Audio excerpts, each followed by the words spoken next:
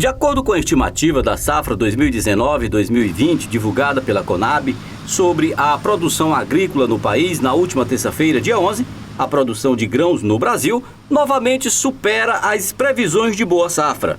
Os índices mostram que as lavouras de soja e milho são as que mais se encaminham para impulsionar esse novo recorde agrícola.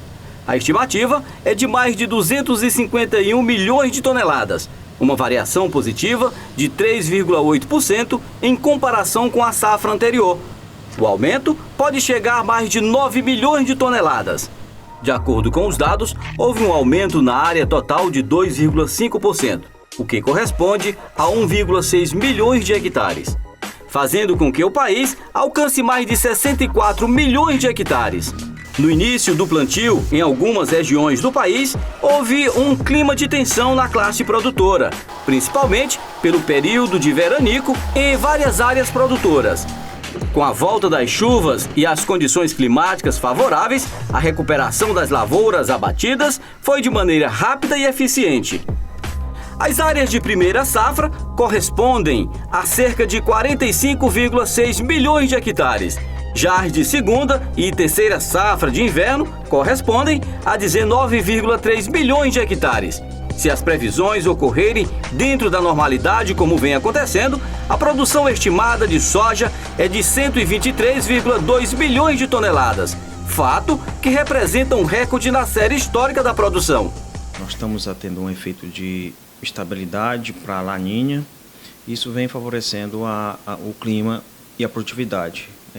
Estimamos aí uma produtividade acima de 251 milhões de toneladas para a safra brasileira. No sul do estado do Maranhão, a área de produção de soja ultrapassa os 600 mil hectares em 11 municípios que compõem a região produtora. Mesmo com as adversidades climáticas de início de plantio, as expectativas é de produção recorde, podendo chegar mais de 52 sacas por hectare. Nós tivemos aí alguns imbróglios no começo da safra, né? Nós tivemos seca, né, generalizada na maioria das regiões, o que atrasou o plantio, né? E esses que plantaram mais cedo sofreram com essa seca, né?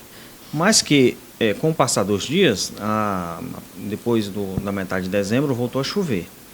Então, essas pessoas que plantaram mais cedo, elas tiveram assim o teto produtivo foi comprometido. Algumas produções foi até realmente danoso. Mas a maioria das pessoas, eu acredito que vão colher razoavelmente bem, né? Então, o teto produtivo foi prejudicado, mas o geral, né, vamos ter uma rentabilidade econômica nesse plantio do cedo. No plantio do tarde, que é esse plantio de dezembro, muita gente atrasou, só conseguiu plantar em dezembro, as condições estão ótimas.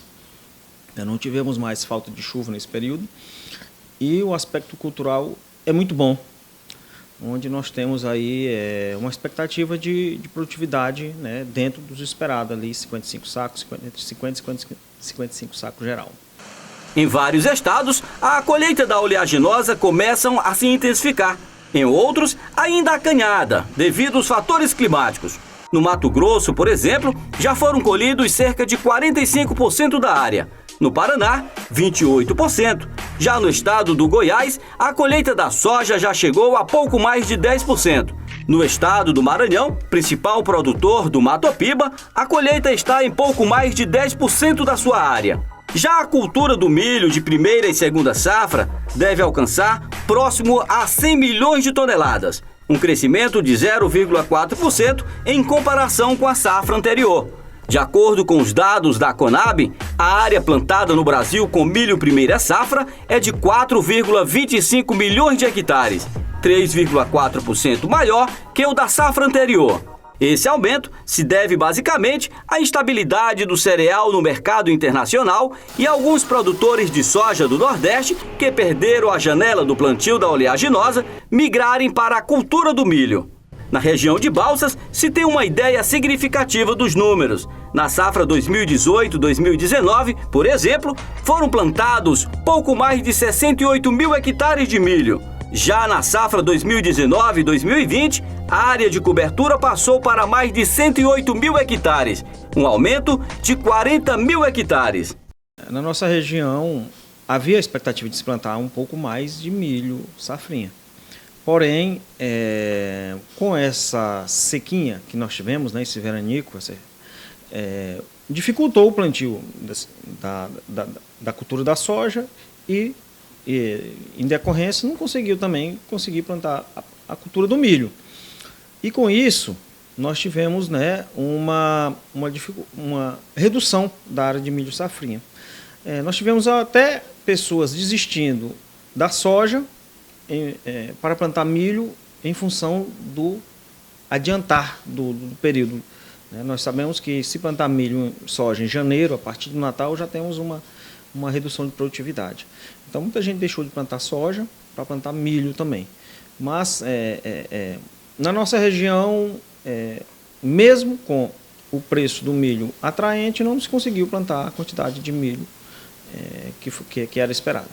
Outro cereal que se beneficia devido às condições climáticas, inclusive nas lavouras do Rio Grande do Sul, estado que produz mais de 80% do consumo nacional, é o arroz, com um aumento de 0,6% e produção de 10,51 milhões de toneladas. Por outro lado, o feijão primeira safra perde cerca de 0,1% da área, alcançando 921,4 mil hectares, mas ganha 9,4% na produção. E a produção deve superar 1 milhão de toneladas. A segunda safra, que está no início de cultivo, deve ocupar a mesma área da safra passada, de 1,4 milhão de hectares.